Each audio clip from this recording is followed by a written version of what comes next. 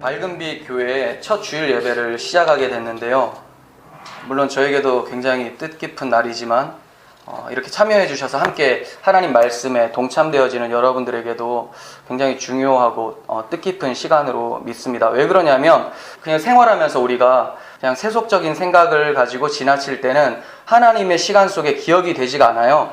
그런데 우리가 하나님 말씀을 묵상하고 행하는 모든 일들 가운데서는 이거는 그냥 지나치는 시간이 아니라 결국 하나님의 시간이 기억되는 시간이에요. 이것에 대해서 조금 이따 자세하게 말씀을 드리도록 하겠습니다. 우리가 간증을 듣다 보면 이런 얘기를 많이 듣죠. 나는 예수님 믿고 그리스도인이 돼서 내 삶이 완전히 변했다. 너무 변한 삶을 많이 보고 있어요. 너무 놀라운 것 같아요. 이런 간증을 많이 들어요. 물론 그런 간증은 좀 경건한 간증이죠. 예수님 믿고 자기의 집이 커지고 차가 바뀌었다 이런 것보다는 훨씬 낫죠. 그렇지만 우리가 아까 말씀드렸다시피 내 삶이 변했습니다라고 했을 때 그 간증을 들으면서 맞아. 나도 저랬는데 나와 같은 기쁨을 가지고 있는 사람이 또 생겼구나. 기뻐할 수도 있겠지만 반면에 괴리감에 빠지는 사람도 있어요. 그럼 나는 뭐지? 나는 왜 이렇게 기쁘지가 않지? 내 삶은 변한 것 같지가 않아. 이게 처음 예수님 믿었을 때는 대부분 공감을 해요. 이 기쁨이 있죠.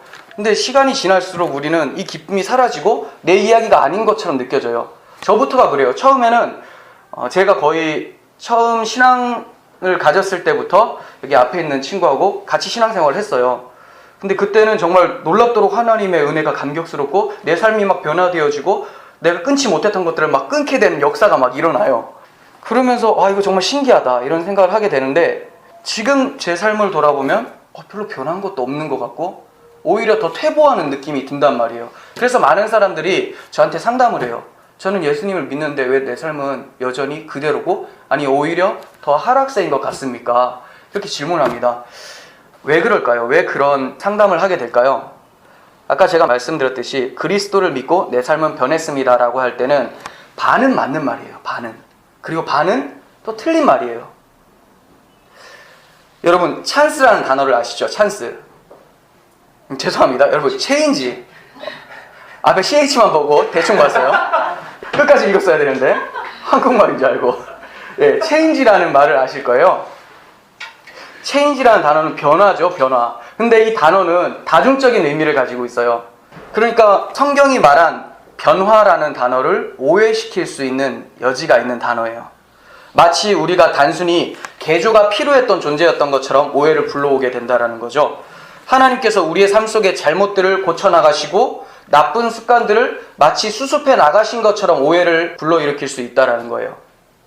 사람들은 보통 하나님이 우리 삶을 변화시켰다라고 하면 우리가 구원을 받고 또 우리 행동을 바꾸셨다라는 의미로 해석을 합니다.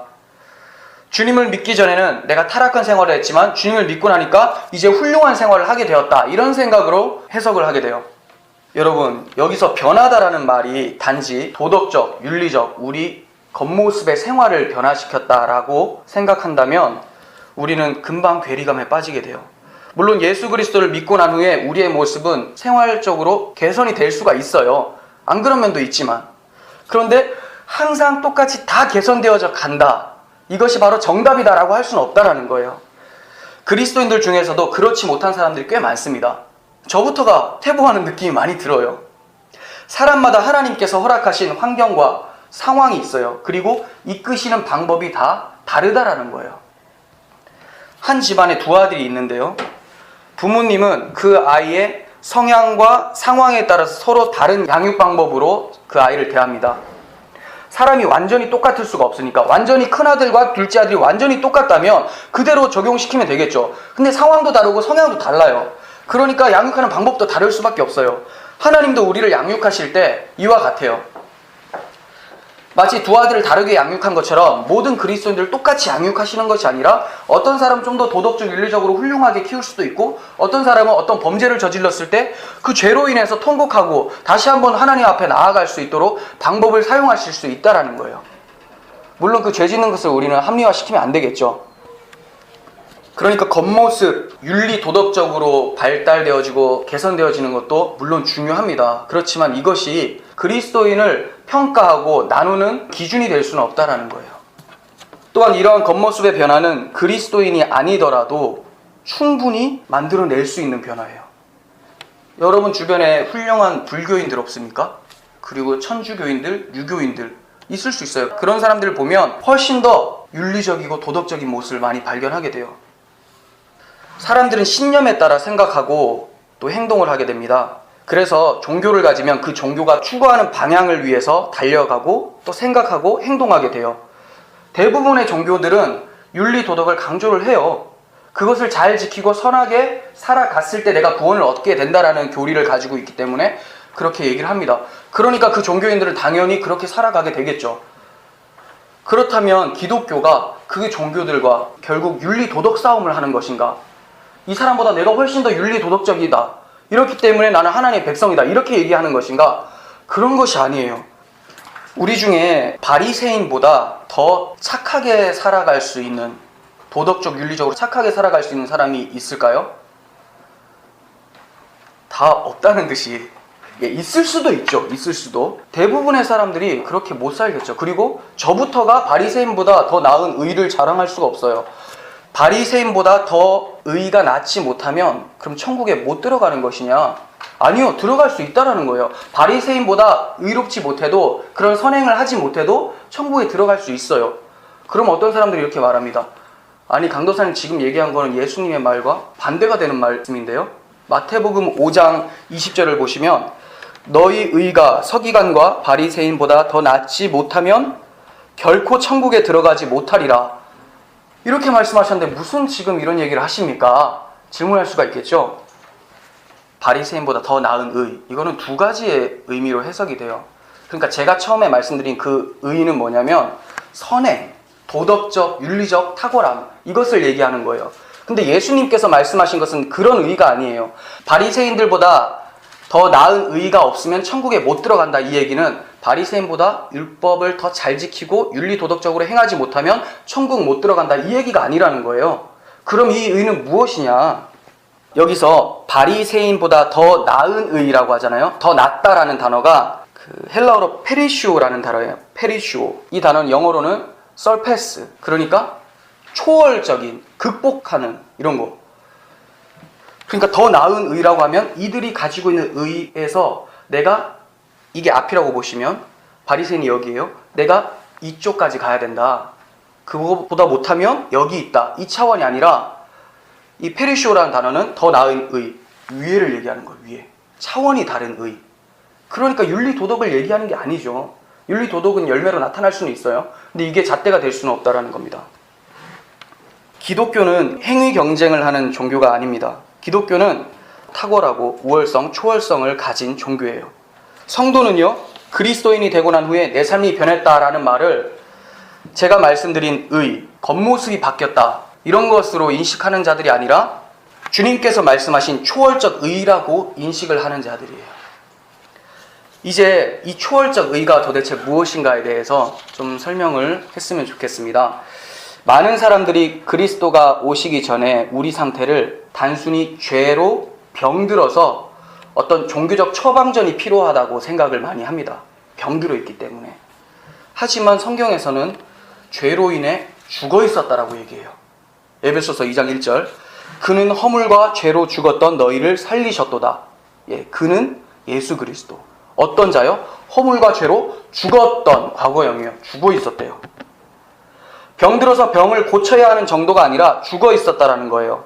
죽은 자에게 해줄 수 있는 것은 아무것도 없어요. 설령 이런 건 해줄 수 있겠죠. 깨끗하게 씻겨주고 옷을 입히고, 그리고 스스로 설 수 없으니까 부축해서 이렇게 세울 수는 있어요. 고정시킬 수는 있어요. 그렇지만 그 행동들이 그가 죽어 있다라는 것을 바꾸지는 못한다라는 거예요. 죽은 자에게 마지막 소망이 하나 있다면 부활밖에 없습니다. 부활. 이사야 40장 31절에서는 오직 여호와를 앙망하는 자는 새 힘을 얻으리니 독수리가 날개치며 올라감 같을 것이요 다른 박질하여도 곤비치 아니하겠고 걸어가도 피곤치 아니하리로다 라고 말씀하세요. 여기서 새 힘을 얻는다라고 하잖아요. 이게 중요해요. 그러니까 무슨 예수님 믿으면 갑자기 힘이 생겨가지고 산꼭대기 정상까지 쉬지도 않고 달려갈 수 있는가, 이런 거 얘기하는 게 아니죠. 그리고 어딘가 투자를 했는데 폭발적인 촉으로 많은 돈을 긁어 모을 수 있다. 이런 힘이 아니잖아요. 이 힘이 뭔가 살펴보겠습니다. 여기서 새 힘이라고 하는데 여기서 새자라는 단어는 없어요. 지우셔도 돼요. 힘을 얻으리니. 근데 힘은 코아흐라는 단어예요. 코아흐. 이거는 구약 성경에서 하나님께서 이스라엘 백성들을 구원하실 때 구원하시고 나서 하나님의 능력을 보라 이런 말씀하실 때 하나님의 능력에 해당하는 말이에요. 그러니까 우리의 어떤 힘, 체력 이런 거 말하는 게 아니죠. 하나님의 능력. 그리고 얻는다라는 말은 뭐냐면 히브리어로 할라프라는 단어인데요. 할라프. 이게 지나가다, 꿰뚫다, 그리고 교체되다, 변경되다 이런 거예요. 그러니까 무슨 말이냐면 그 하나님의 능력, 힘이 우리를 꿰뚫어 버린다. 그리고 지나간다, 변경시킨다 이 뜻이에요. 이 말을 중국 선교사 허드슨 테일러 선교사님이 잘 설명을 합니다. 여기서 얻는다라는 단어를 이분이 연구를 하면서 그의 삶이 180도 변했다고 합니다. 그리고 나서 그는 교체된 생명이라는 단어를 쓰기 시작해요. 교체된 생명. 무슨 말이냐면 아까 힘이 우리를 뚫고 지나간다고 했죠. 외부로부터 새로운 어떤 힘이 우리 가운데 침투해서 들어오는 것을 얘기하는 거예요.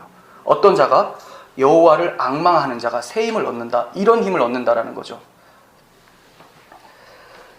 구원받을 때 우리의 삶이 단순히 변화만 되는 것이 아니라 새로 교체된다는 사실을 허드슨 테일러 선교사님은 목도를 했습니다. 이러한 교체된 생명 사건이 어떻게 일어날 수 있게 되었을까요? 우리는 어떻게 그런 교체된 생명을 얻을 수 있을까요? 쉽게 말해 새 힘을 어떻게 얻을 수 있을까요? 그것은 하나님께서 당신의 아들을 십자가에서 못 박으셨던 그 사건을 나를 위한 은혜의 사건임을 믿고 그리고 받아들여질 때 우리가 주님과 함께 십자가에 못 박혀서 우리의 옛 죄로 인한 죽어있던 상태들 그것이 종결이 되는 거예요. 십자가에서 함께. 그리고 나서 주님이 십자가에서 또 부활을 하시잖아요. 무덤을 열고 부활을 하신다. 그 부활하실 때 주님의 생명과 함께 일어나는 것 이것이 새 생명을 얻는 것이고 새로 교체된 힘이라는 거예요. 그러니까 단지 예수님의 십자가가 역사상에 있었다만 믿는 사람들은 자기의 십자가랑 아무 상관이 없어요. 그냥 역사상에서 다 믿어요. 역사적 예수 다 인정을 해요. 안 믿는 사람한테도 예수는 실존 인물이라면 그래 할 수 있다라는 거죠. 예수님 십자가에서 죽었어. 그래. 근데 그게 나를 위한 죽으신 사건이라는 것을 인식할 때 그 사건이 오늘 우리 가운데 임하는 거예요. 그러면 주님이 나를 위해서 죽으셨다는 십자가 사건이 고백되어질 때 내가 이 시간에 주님과 함께 십자가에 못 박게 되고 주님의 부활로 인해서 새 생명이 창출되는 거죠. 완전 교체된 생명. 이 생명이 바로 바리새인보다 더 나은 의라고 하는 거예요. 하나님의 거룩함을 입는. 그렇다면 또 질문을 하게 될 것 같습니다. 거룩함은 도덕 윤리와 같이 우리의 행동이 변하는 것 그런 거 아닌가요? 이런 거 있잖아요. 교회 잘 다니고 신앙 좋은 사람들 소개시켜 준다고 하면 이렇게 얘기하는 사람이 있습니다. 저 형제는 너무 거룩해서 부담돼. 거룩이 도대체 뭔가요? 그가 말하는 거룩이 요거? 이렇게? 이게 거룩인가요? 아니면 형제님 이렇게 불러주는 게 거룩인가요? 그 많은 사람들이 소개시켜 줄 때 그 거룩해서 부담된다라고 할 때는 대부분 윤리 도덕적으로 너무 탁월하고 좀 엄숙한 느낌, 무거운 느낌 이런 걸 말하죠. 근데 성경이 말하는 거룩함은 그것과 관계가 좀 멉니다. 그것이 행동으로 나타날 수는 있지만 그것이 답이 아니라는 거예요. 성경이 말하는 거룩함은 바로 세계관의 변화예요. 세계관. 우리가 세상을 바라보고 해석하는 그 능력 있죠. 그것이 시선이 바뀌는 거죠. 해석 능력이 바뀌는 거예요. 어떤 사람들, 믿지 않는 자들은 그것을 바라보고 해석을 했을 때 자기식대로 해석을 해요. 거의 다 똑같이 나와요. 경제가 어렵다. 어떻게 해야 돼요? 돈을 벌어서 채워넣고 그리고 우리가 먹고 살 수 있도록 만들어 놔야 된다. 왜냐하면 먹고 살 수 있는 그 밥이나 돈, 집 이것들이 나의 생명이니까 이렇게 해석을 하죠. 근데 그리스도인들이 경제가 어렵다, 재정이 어렵다라고 했을 때는 그 생각이 안 들어오진 않겠죠. 근데 어떤 생각을 하게 되냐면 이 세상에서는 아무리 우리가 세상의 물질과 부, 명예로 채워도 이 배고픔은 끊임없구나. 하나님의 충만함으로 채워야 되겠구나. 이것이 그리스도인의 세계관이에요. 다르죠. 완전 해석하는 게 달라요. 그러니까 믿지 않는 자와 믿는 자가 서로 교제를 나눠도 얘기가 잘 안 통해요. 다른 나라 사람인 거죠. 그냥 말이 다른 나라가 아니라 말은 똑같은 대화를 하는데 사고가 달라요. 예전에 우리가 나라가 되게 못 살 때 미국인들이 이렇게 딱 있으면 막 이상하게 쳐다보고 막 뭐 김미 초콜릿 막 이러면서 저 사람들 특이한 사람처럼 생각을 했잖아요. 근데 그런 게 특이한 것이 아니라 미국 사람들 중에서도 그리스도인, 그리고 한국 사람도 그리스도인, 서로 대화는 잘 안 통하지만 구글 번역기를 찍어서 보면 말이 통해요. 예수에 대한 얘기를 하는 거죠. 초월적 의에 대해서 얘기를 하는 거예요. 그런데 같은 한국 사람도 똑같은 언어 다 듣고 소통은 되는데 핵심이 계속 달라요. 그러니까 이제 결국은 헤어지게 되는 거죠. 그건 지극히 정상인 거예요.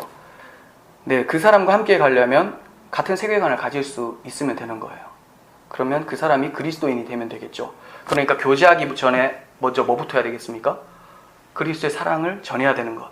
그거부터 알려줘야 된다는 거예요. 그렇지 않으면 내가 신앙을 잃어가지고 세계관이 그 사람하고 똑같이 가든가, 그럼 딱 맞겠죠. 아니면 내 세계관은 여기 있는데 이 사람의 세계관을 올려주든가, 아니면 내가 내려가든가, 둘 중에 하나예요. 그래서 믿지 않는 자하고 교제하지 마십시오, 결혼하지 마십시오 라고 하는 게 그런 겁니다. 유혹이 너무 많이 찾아오니까.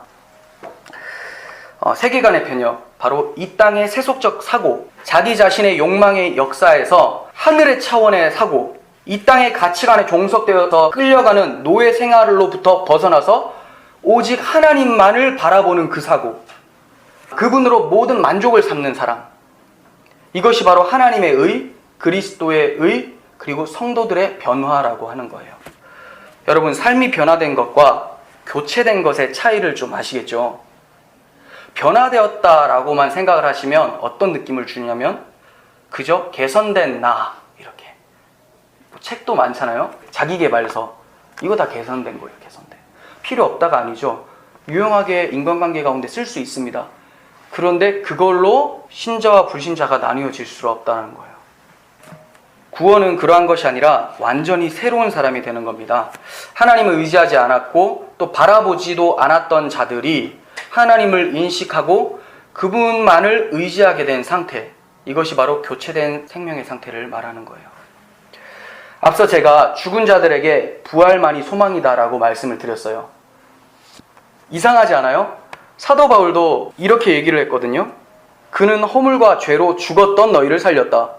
그런데 이렇게 질문합니다. 아니, 죽었던 너희라니요? 나는 이렇게 버젓이 살아있는데요. 내가 죄로 죽었다니요? 난 살아있는데요? 이렇게 질문할 수 있어요. 근데 성경에서 죽었다라는 단어는 대부분 어디에 쓰냐면 영혼이 죽은 것을 얘기해요.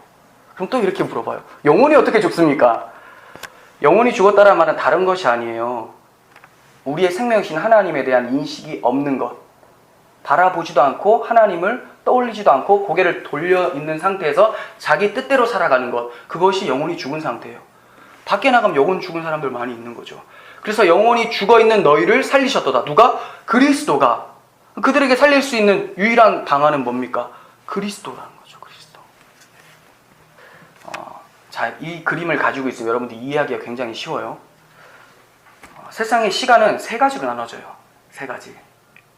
첫 번째는 우리가 지금 살고 있는 이 세속적 시간 있죠. 우리 육체를 가지고 점점 늙어가고 썩어지는 이 시간, 이거를 크로노스라고 해요. 세속적 시간.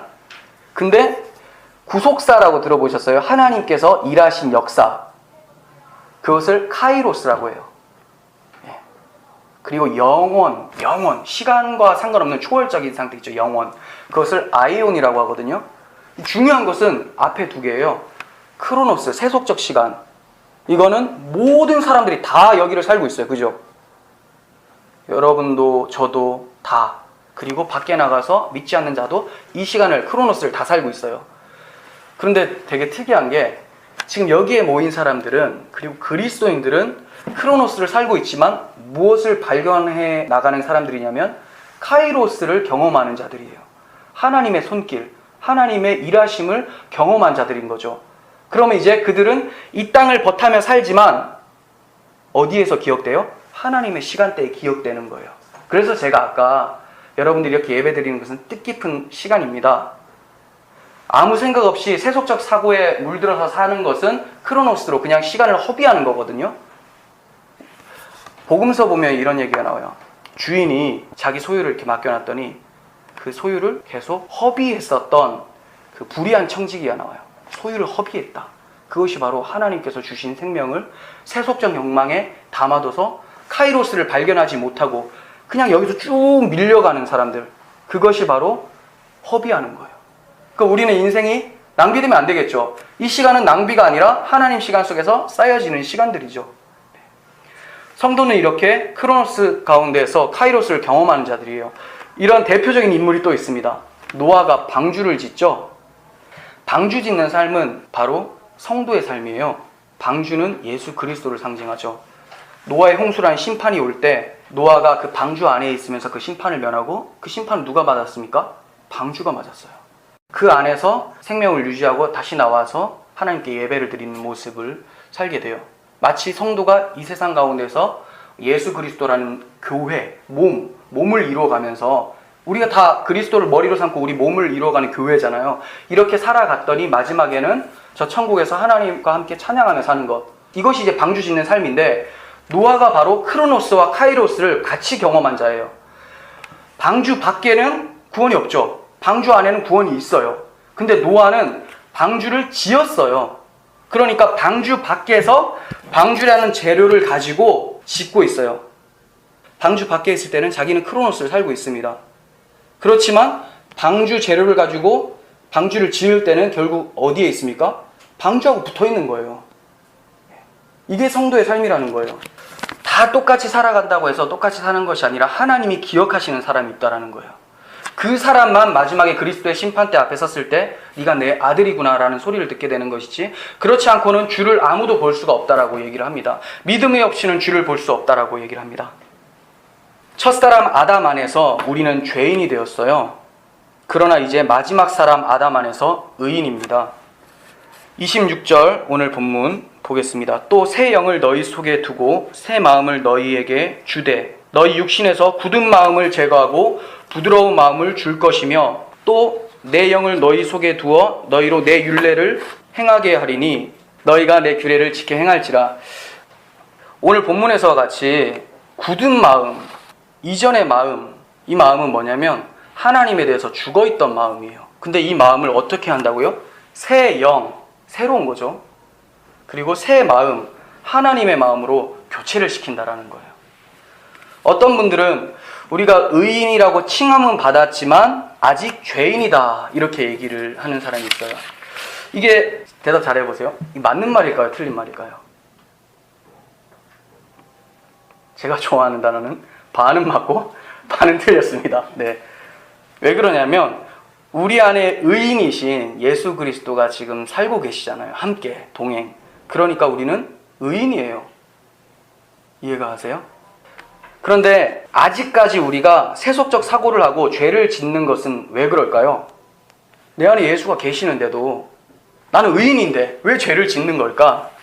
그것은 아직 육신이 죄인이기 때문이에요. 몸의 구속은 아직 일어나지 않았기 때문입니다. 우리는 영혼의 변화가 일어났어요. 하나님의 영이 오신 거예요. 그래서 우리의 영혼은 의인입니다. 하지만 우리 육신의 몸은 아직 죽지가 않았습니다. 죽어가고 있을 뿐이죠. 영혼은 십자가에서 이미 심판을 받았고 부활을 했어요. 새 영으로. 성령과 하나가 되어서 이제 성령과 함께 동행하는 거예요. 그런데 육신은 어때요? 아직 안 죽었잖아요. 그러니까 죽기 전에 해야 될 행동들은 뭐예요? 육신은 끊임없이 성령을 거스르는 그 사역을 하는 거죠. 말을 듣지 않아요. 자기 뜻대로 옛날에 옛 습관대로 살고자 하는 욕망이 계속 생겨나요. 근데 성령께서는 끊임없이 새로운 영의 도움을 받아서 이끌리기를 바라고 여기에 충돌이 일어나요. 그때 성령, 새로운 영을 통해서 몸이 끌려갈 때 그것을 자기 부인이라고 해요. 그러니까 성령에 의해서 끌려갈 때 육신의 측면에서는 육신이 죽어가고 있는 거죠. 계속 죽어가고 있는 거예요. 괴로워 죽는 거예요. 근데 영혼의 측면에서는 이 육신이 이제 하나님께서 받으시기에 합당한 열매로 계속 드러나고 있는 거예요. 이제 우리는 이 땅에서 새 영을 통해서 우리 죽을 몸을 쳐서 복종시켜 나가는 과정인 거예요. 로마서 6장 12절에서 13절인데 사도 바울이 우리에게 당부를 합니다. 그러므로 너희는 죄가 너희 죽을 몸을 지배하지 못하게 하여 몸의 사욕에 순종하지 말고, 몸을 따라가지 말라고 해요. 또한 너희 지체를 불의의 무기로 죄에게 내주지 말고 오직 너희 자신을 죽은 자 가운데서 다시 살아난 자와 같이 너희 지체를 의의 무기로 하나님께 드려라. 너희 지체를 의의 무기로 하나님께 드려라. 불의의 무기로 사용되어지지 않고 의의 무기로. 무슨 말입니까? 거듭난 새 영을 통해서 너희 몸이 지배를 받도록 해라, 이거예요.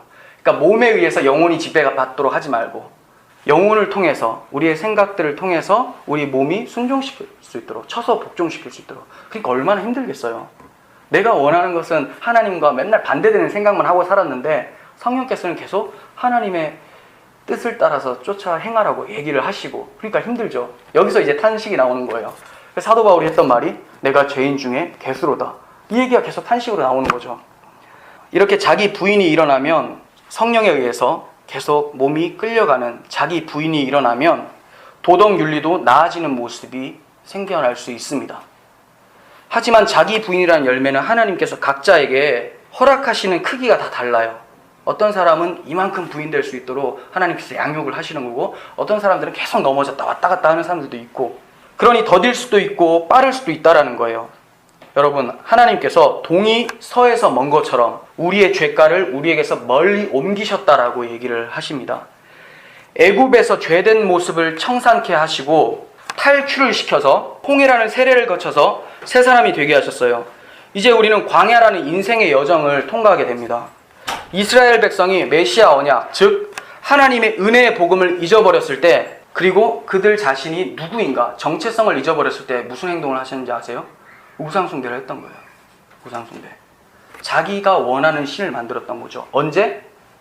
하나님의 은혜를 망각하고 자기의 정체성을 잊어버렸을 때. 이게 오늘날 우리에게 하는 말씀이에요. 우리가 언제 우상숭배하고 내가 주인이 되어서 살아가게 되느냐?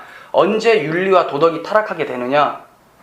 하나님의 은혜를 잊어버리고 내가 누군가, 하나님의 그리스도의 새 생명을 받은 하나님의 자녀라는 것을 잊어버릴 때, 은혜의식이 망각되어질 때 삶이 태폐하게 나오는 거예요.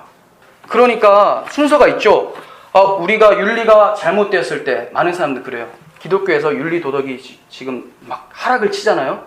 그러니까 사람들이 이제 막 욕을 해요. 욕 먹을만 하죠. 잘못했으니까.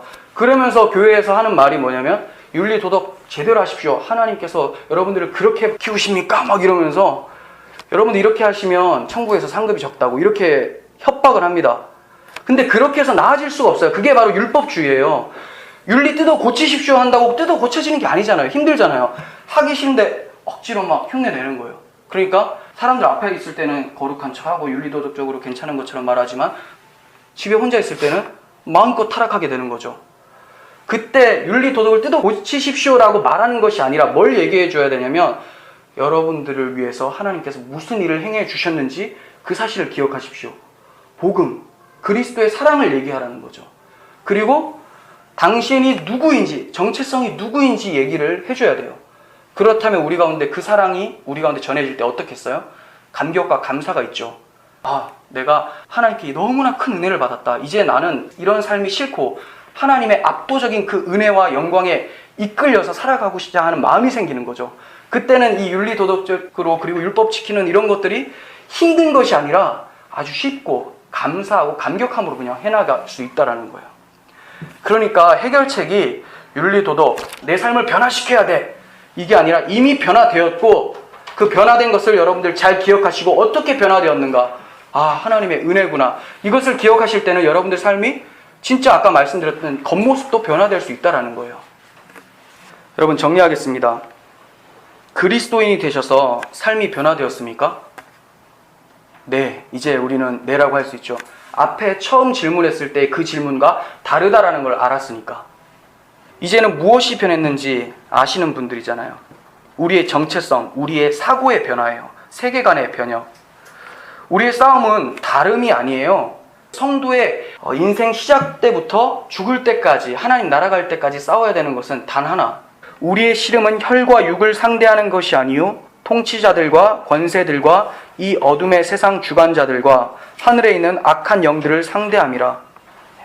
혈과 육의 싸움이 아니라는 거죠. 그러니까 정치 간의 대립도 아니고 너보다 내가 더 착하게 살아서 나음을 입겠다, 이런 싸움도 아니고 통치자들과 권세들과 이 세상의 주관자들, 하늘에 있는 악한 영들. 무슨 말이냐면, 이것도 신비주의처럼 그런 악한 영들 말하는 거 아니에요. 하나님의 은혜를 기억하고자 하는 마음과 하나님의 은혜를 망각시키려고 하는 공격들, 이것과의 싸움이에요. 그러니까 내 삶을 개선시키겠다로 가시면 무조건 넘어져요. 죄를 안 짓겠다 하면 넘어져요. 근데 내가 왜 이런 죄를 짓고 있지? 아, 은혜가 망각됐구나. 하나님께로 나아가라는 거예요. 그때 그 하나님의 사랑이, 그리스도의 사랑이 우리를 강건케 하시는도다. 끌고 가는 거죠. 어디로? 개선된 모습으로. 그건 열매예요. 우리가 열매를 맺으려고 하면 안 돼요. 열매는 누가 맺습니까? 나무, 줄기가 맺는 거예요. 예수님께서 나는 포도나무요, 너희는 가지라. 가지가 열매를 맺으면 이상한 거 나오죠. 줄기로부터 영양분을 공급받아서 나와야 되는 것이 바로 가지의 역할입니다. 여러분들은 평생 기억해야 될 것은 하나님의 사랑, 그 복음을 기억하시고 묵상하시고 내가 누구인가, 그 정체성을 기억하실 때 여러분들 삶 속에서 정말 하나님이 공급해 주시는 새 힘으로 세상적 사고로부터 해방되어서 승리의 삶을 살아가게 될 줄을 믿습니다. 기도하겠습니다. 하나님 아버지, 우리가 너무나 연약하고 부족해서 하나님의 뜻을 늘 곡해하고 또 내 뜻을 관철시키려고 살아갈 때가 너무나 많습니다. 하나님, 우리가 율법의 노예가 되지 않게 하시고 우리가 왕이 되어서 사탄의 노예가 되는 삶을 살아가지 않을 수 있도록 주님 도와주시옵소서. 하나님의 은혜를 늘 기억하게 해주시고 그 은혜가 우리 가운데 감격으로 다가와서 우리 삶이 완전히 변했다라는 것, 단지 개선이 아니라 교체된 생명이라는 것을 인식하고 하나님께 감사하며 찬양하며 나아갈 수 있는 우리들 될 수 있도록 도와주시옵소서. 우리 성도들 가운데 또 저 가운데 하나님께서 주시는 풍성한 은혜를 누리면서 살아가게 해주시고 율법의 짐으로 인해서 고통스러워하지 않을 수 있도록, 그래서 하나님께서 맺으시는 참된 열매를 많이 맺어갈 수 있는 우리들 될 수 있도록 도와주시옵소서. 감사드렸고 예수님의 이름으로 기도합니다. 아멘.